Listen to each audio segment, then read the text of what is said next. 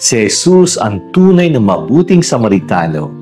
Ako po si Father Eric Arada mula sa Si Diyos ng Lipat, Coraparco ng Parokya ng Santa Clara dito sa Barangay Santa Clara, Lungsod ng Santo Tomas. Magandang araw sa ating mga faith friends at kalatbay sa ating buhay pananampalataya at patuloy pagdinilay at paglaganap ng salita ng Diyos sa ating mundo ngayon ng puno ng problema, tungan ng kahirapan, kagutuman, karahasan at krimen ng tao. Sa ganyang kalagayan, marami ang mga nangailangan ng tulong, maging pinansyal, moral, seguridad, espiritual, paggabay at iba pa. Sa panahon natin ngayon, maraming mga NGO, non-government organization, volunteers, group, philanthropists at simbahan ang tumutugon sa pangangailangan ng iba. Meron din tayo tinatawag ng mabuting Samaritano sa ating lipunan mula sa kwento ni Jesus na nagsimula sa isang tao kung paano magkakamit ng buhay na walang hanggan. Sabi ni Papa Francisco, dapat sila muna makita bukas sa realidad at hindi sarado ang pag-iisip. Gaya ng pari at lebita ay dumaan sa kabila para hindi makita. Ang mga arang dogma at ibang paniniwalay ay hindi hadlang para umiwas sa pananagutan natin sa ating kapwa-tao. Ito magdadala sa atin patungo kay Jesus na magtuturo ng maging mahabagin sa mga nangangailangan. Hindi dadaanan lamang at kundi tumigil tayo.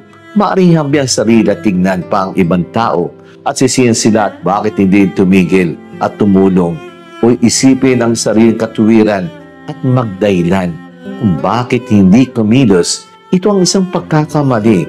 Meron tayong mga katangian ng mabuting Samaritano. Una, ay maging mabagin sa mga taong nangangailangan. Kung wala tayong nararamdaman sa ibang tao, wala sa isay ang tulong. Kaya ni Jesus, kita niyang nagugutom ang tao. Pag pinauwi niya, kawawa naman sila. Mga tao may karamdaman kung kahirap ang pinagdadaanan nila. Pangalawa, mapagbigay.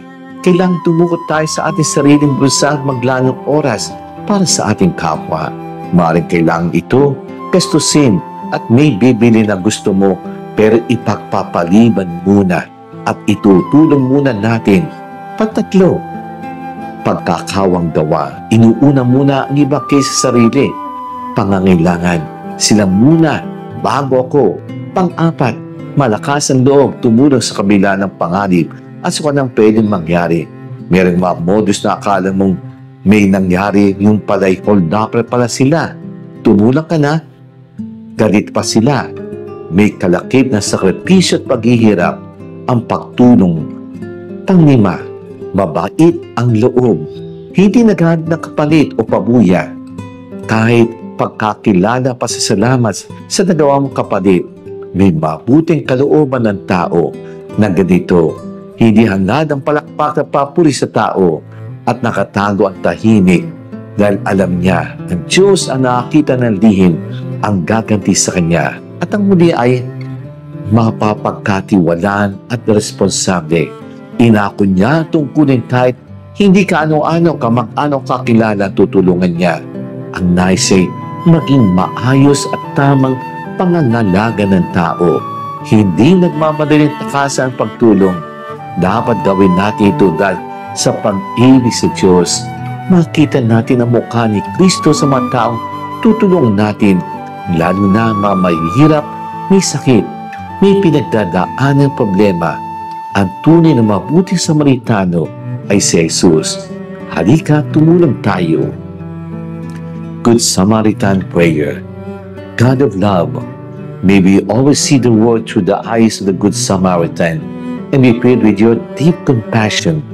Help us to be merciful, generous even when it is inconvenient, when we don't have time, or we have other responsibilities to attend to.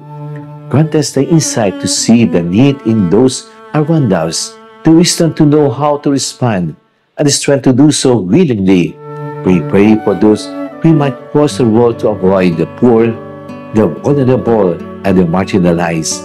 Those in many ways have been stripped, beaten, and left for dead. We pray all who call from us more than we feel, yet to give. Open our eyes that we might not cross the road from human need.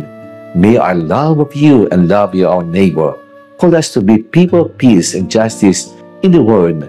And may we, like the Good Samaritan, always go and do likewise. Amen.